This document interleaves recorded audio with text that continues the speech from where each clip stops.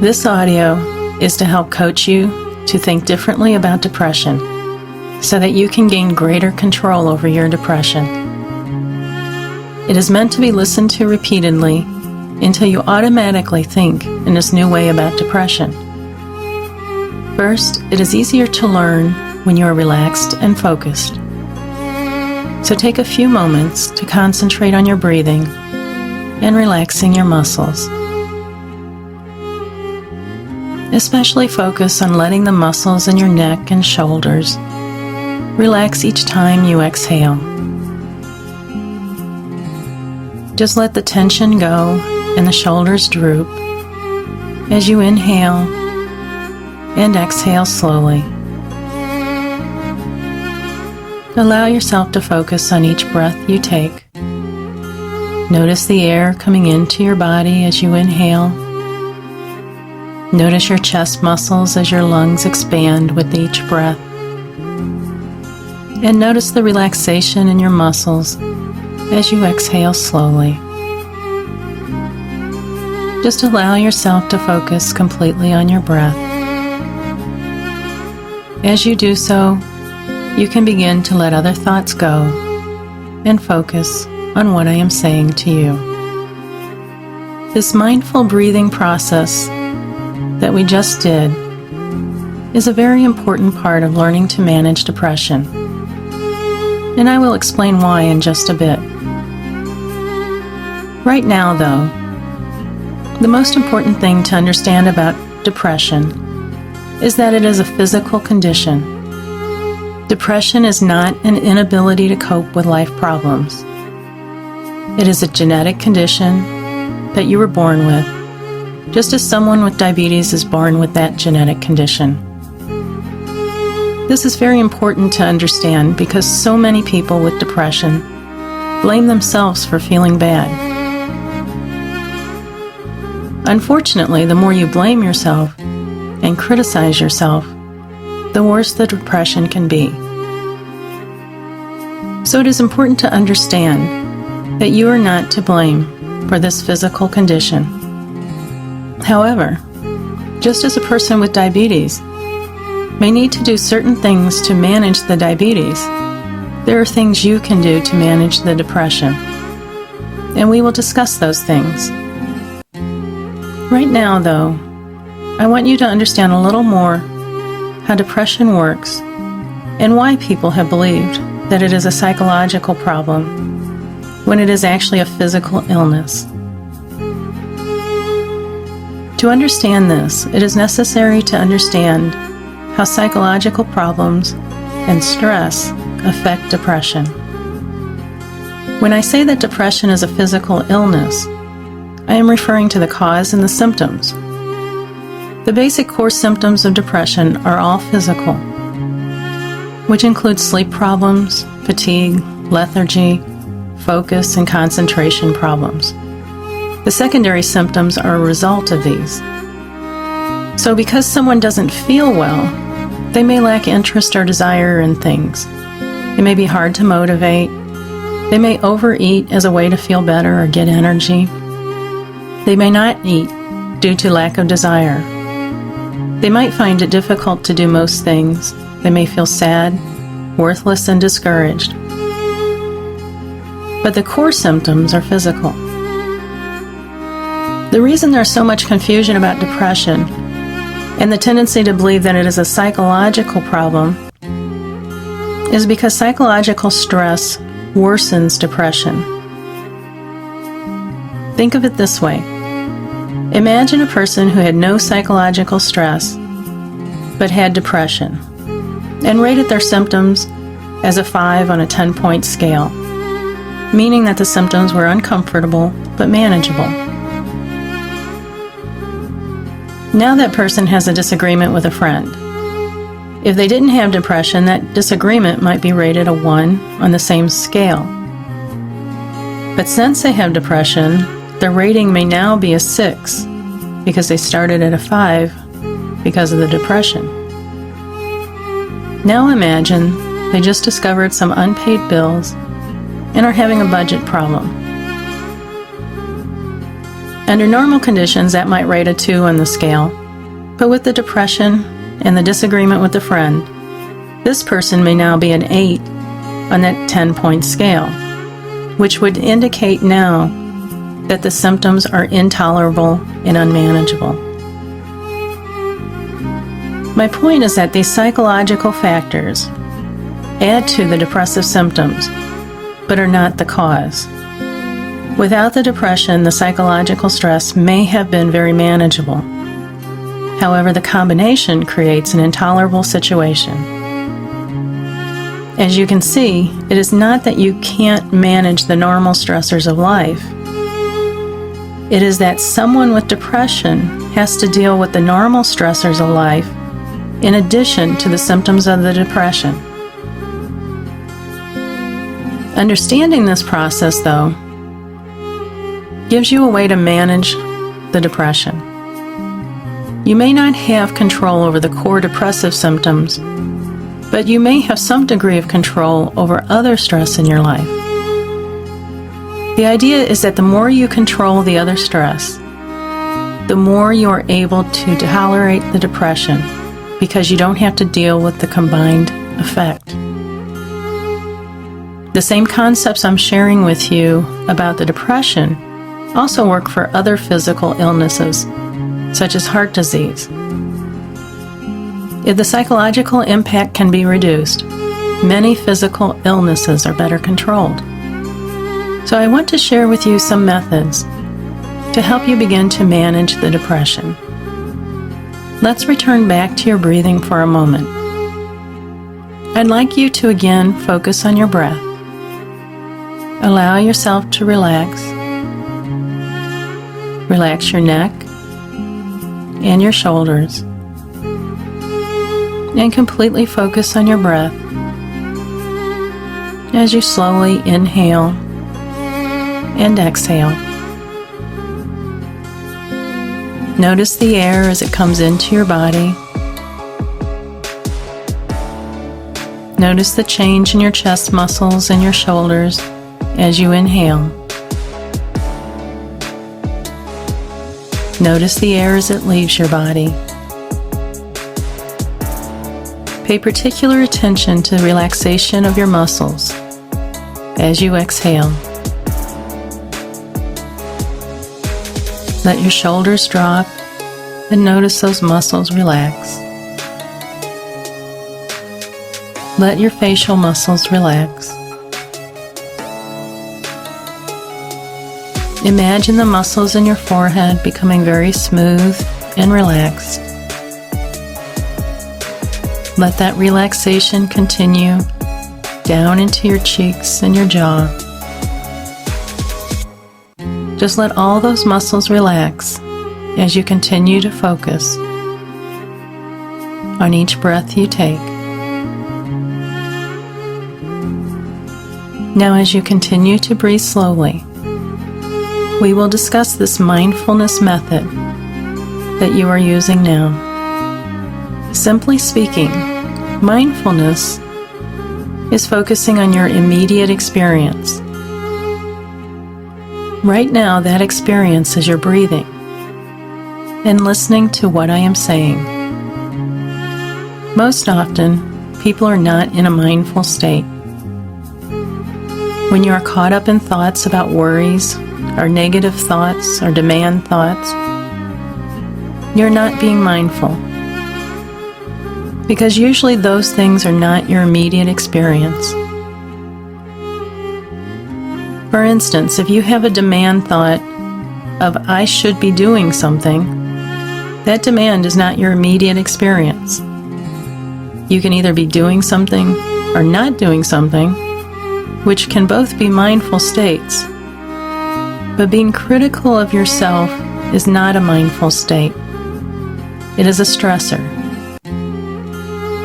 And as I said earlier, you want to reduce stress so as to make your depression more manageable. Mindfulness is not a stressful state.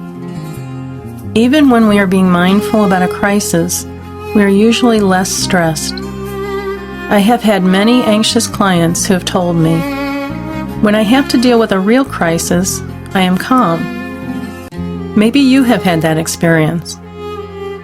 The reason a person, even an anxious person, can be calm in a crisis is because they are focused on the immediate moment of resolving the problem, which is being mindful.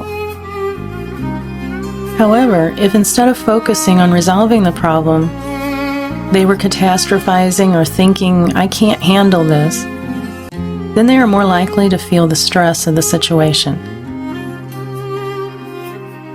Mindfulness is not a state you can be in constantly, but it is one you can learn to access more frequently. Throughout the day, just try to bring your attention to your immediate experience. Notice what you see around you. Notice what you hear, smell, taste. For instance, if you're eating something, don't just mindlessly put it into your mouth. Instead, notice the texture, the smell, the flavor. Notice your muscles as you chew and swallow. Notice the experience of each bite you take. Or if you are washing dishes, instead of thinking about other things, notice the sound and the feel of the water. Notice your muscles as you wipe the dishes. Pay attention to the experience. You can practice mindfulness with anything you do. If you are in a conversation with someone, focus on that person instead of what you're going to say or what that person may think of you. Try to understand the other person and your experience of that person as fully as possible. The more you practice mindfulness, the more you are able to get outside of the thoughts in your head. The more you do that, the more you reduce one aspect of your stress, which helps you to manage your depression even more. I also want to mention relaxation here. When you do deep relaxation, such as listening to guided imagery, you actually change the chemicals in your system. Many people are familiar with how exercise releases endorphins, which is a chemical that reduces pain and makes us feel good. However, most people don't realize that relaxation increases a chemical called norepinephrine in your system. And this is a chemical that is low for most people with depression. So deep relaxation is a natural method of changing the chemical process in your system. Another stressor over which we have some control is how we think about things that happen. Certainly, it is normal when people are feeling bad, whether it is due to the flu, chronic pain, or depression, to think more negatively. That is due to the way memories are stored in our brains. Experiences with similar emotions tend to be stored together. And because they are associated, it is easier to recall events or thoughts related to your current state of mind. For example, you may have had the experience of being angry with someone you love, but at the time of your anger, you seem to be only able to think of everything that person has done to make you angry, and it's hard to think of the positive memories. That is the natural way our brains function. However, we can overcome that natural way by deliberately choosing to think differently. As we make this choice repeatedly, the new thoughts become associated with our emotional states. For example, if I'm dealing with a difficult situation and I keep telling myself, I can handle this, rather than, I can't handle this, eventually the new thought is present when I have to deal with difficult situations. It is a matter of repetition to create the association. At first, that repetition has to be deliberate because it has to overcome the natural negativity. But eventually, it can become the more natural way to think. A good way to deliberately change this thinking is to use the cognitive diary method, in which you write down your negative thoughts examine why they are irrational, and write new thoughts to challenge the old ones. For example, many people with depression have thoughts such as, "I'll never feel better." The irrational distortion in this thought is generalization, which is the idea that because something is true now, you assume that it will always be true.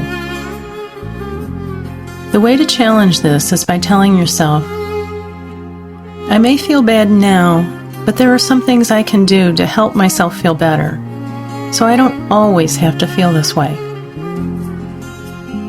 By challenging the irrational thinking frequently, you will begin to change your thinking, which will also help reduce the stress caused by the thinking. Another stressor that can add to the depression is the tendency for depressed people to suppress emotions. I think this occurs for a couple of reasons. One is due to what I mentioned earlier, the self-blame. Depressed people often feel they are at fault for allowing their negative emotions to get out of control. Therefore, they feel that those emotions are not okay. The other reason to suppress emotions is that you already feel bad enough, and so you don't want to feel the negative emotions. The suppression of emotions is a problem for a couple of reasons.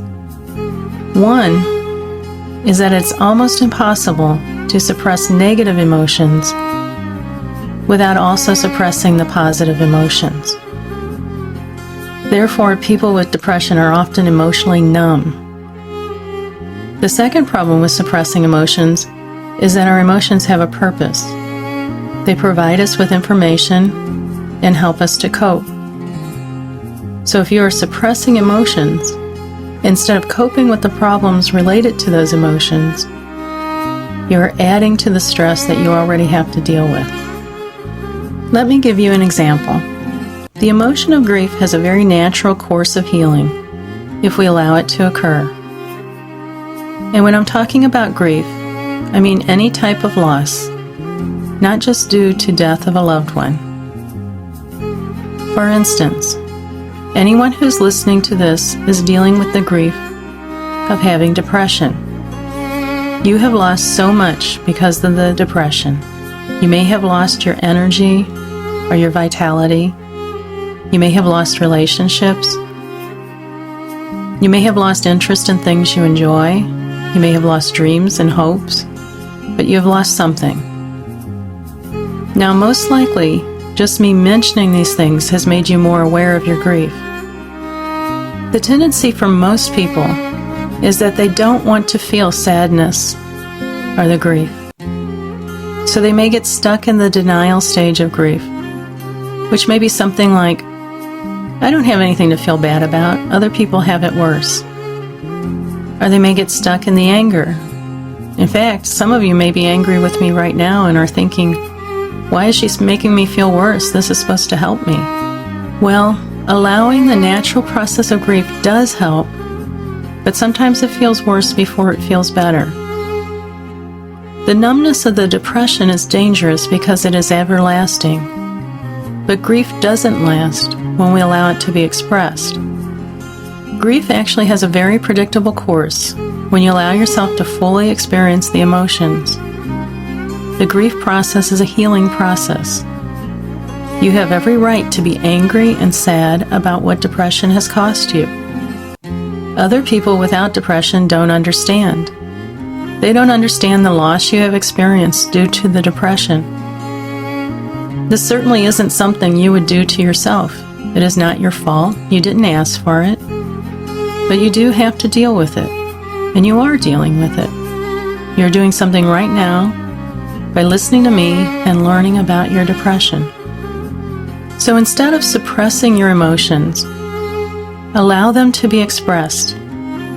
However, there are ways that are helpful and ways that are not. For instance, allowing your anger to come out as irritability with people close to you is not helpful.